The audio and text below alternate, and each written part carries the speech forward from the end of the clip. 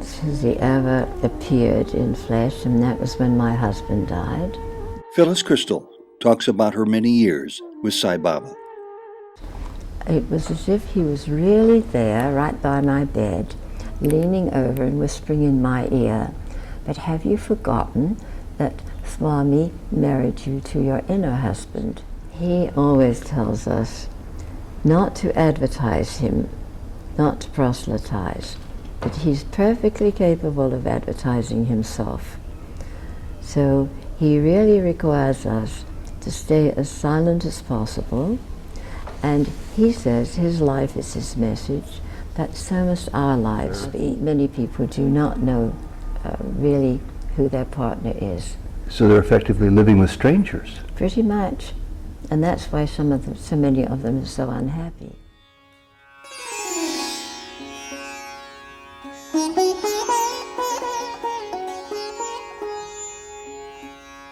Welcome to Souljourns, the story of how Sai Baba continues to transform a woman who is nearing 100 years of age. This interview with Phyllis Krystal was conducted in June of 2008 in New York.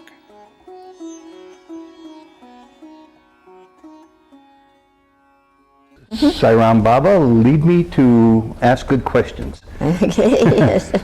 Eyeglass. Bring me the answers to the questions. Phyllis, it's a delight to be able to talk to you again on camera. The last time we did this, it was here in Hal Honig's beautiful house overlooking Central Park 5 years ago. I can't believe it. This is June of 2008, and you just passed your 94th birthday. Yes. What's that feel like to be a Baba devotee at 94? Just a question off the wall to get the ball rolling. Well, I think it was more interesting to be a devotee at 59, which is the first time I ever went to see him, when most of the people who were there were very much younger, about the age of my two daughters. So everyone was asking, well, why are you here? Where are your daughters? Did you ever wonder why it was almost to the age of 60 before the magic of Sai Baba came into your life? Yes, I never even knew he existed. And but now that I look back, I realize that the first thing he ever said to me really was quite important. I never knew what it meant before. But when he first saw me, he said, "So, you have come at last." And I thought to myself, how could I have gotten here any earlier? I only heard about you 2 months ago. You remember? But now, of course, I realized that he was teaching me from within, the work before I ever knew he was in the world. Were you ever suspicious of that opening line of his to you? You've come at last. Yes, I couldn't understand it for such a long time. And what sense do you make of it today? I think that he always says that not only is he God, but we are also, and he wants us to find his counterpart in our own heart. So I think the counterpart in my own heart was probably teaching me, and so I suppose he wondered why I hadn't arrived any sooner in physical reality. That's my hunch. Since our last meeting 5 years ago in this format, tell me about how your feelings have deepened for Sai Baba. How your feelings, how your understanding for Sai Baba has continued to deepen, assuming it has, of course. Yes, no, it's changed a lot, and I think the first thing he ever said when we were about to leave on that first interview, that first visit to him, has taken on more meaning during the years, and I think he's making quite an issue of it right now. He said at that time, I asked at that time, well, what do we do now? You know, we've come to see you. What's next? Not having any idea what the program would be or what the protocol could be.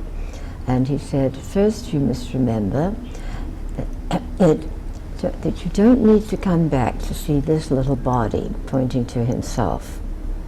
And he let that sink in and then continued, find my counterpart in your own heart. And then the last sentence, but you will come back to be re-energized. And now I understand what he means. And I think now that he's becoming more frail and not as accessible, he's making a supreme effort to separate people from the need to worship his form and turn within to their own Baba self or their own God self. But for what you just said, that may cause us to sacrifice becoming re-energized by having the privilege to witness his form yet again. I think he's kept me re-energized in order to go back, and maybe going back has kept me re-energized. I think it's a circle. And in light of everything you just said, you still have plans, I know, this year and perhaps beyond this year to go back to India again to see him. Well, I didn't go for quite a while, and now in the last 2 years, this will be the 4th time, which really amazes me. But it's not exactly our choice. It's somehow it happens. And it's not an easy trip even for somebody who's 44, let alone 94? No, it's not an easy trip at all. It never has been for me. So my limit is about 8 days. I want to ask you about how Baba shows himself in your life today. Maybe through dreams. Does he ever appear in the flesh? Is it a thought process? What's it like? Only once has he ever appeared in flesh, and that was when my husband died in Hamburg in Germany. And he has come in dreams, not terribly many. One fairly recently, which was quite a surprise again, but most of the time I think it's a continual presence. It's an awareness of the proximity of his energy.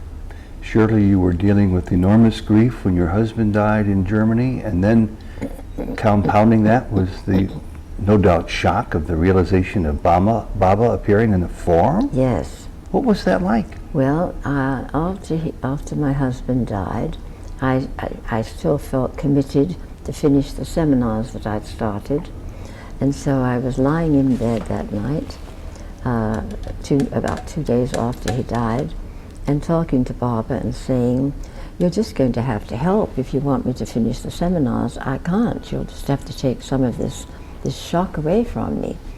And with that, it was as if he was really there, right by my bed, leaning over and whispering in my ear, "But have you forgotten that Swami married you to your inner husband?"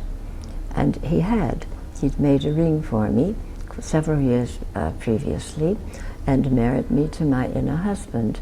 And as soon as he said that, all of the shock left, and I was able to go on. But that's the only time he's appeared in such a tangible form. So I think I understand what he possibly meant by saying those words to you. What do you take it that he meant?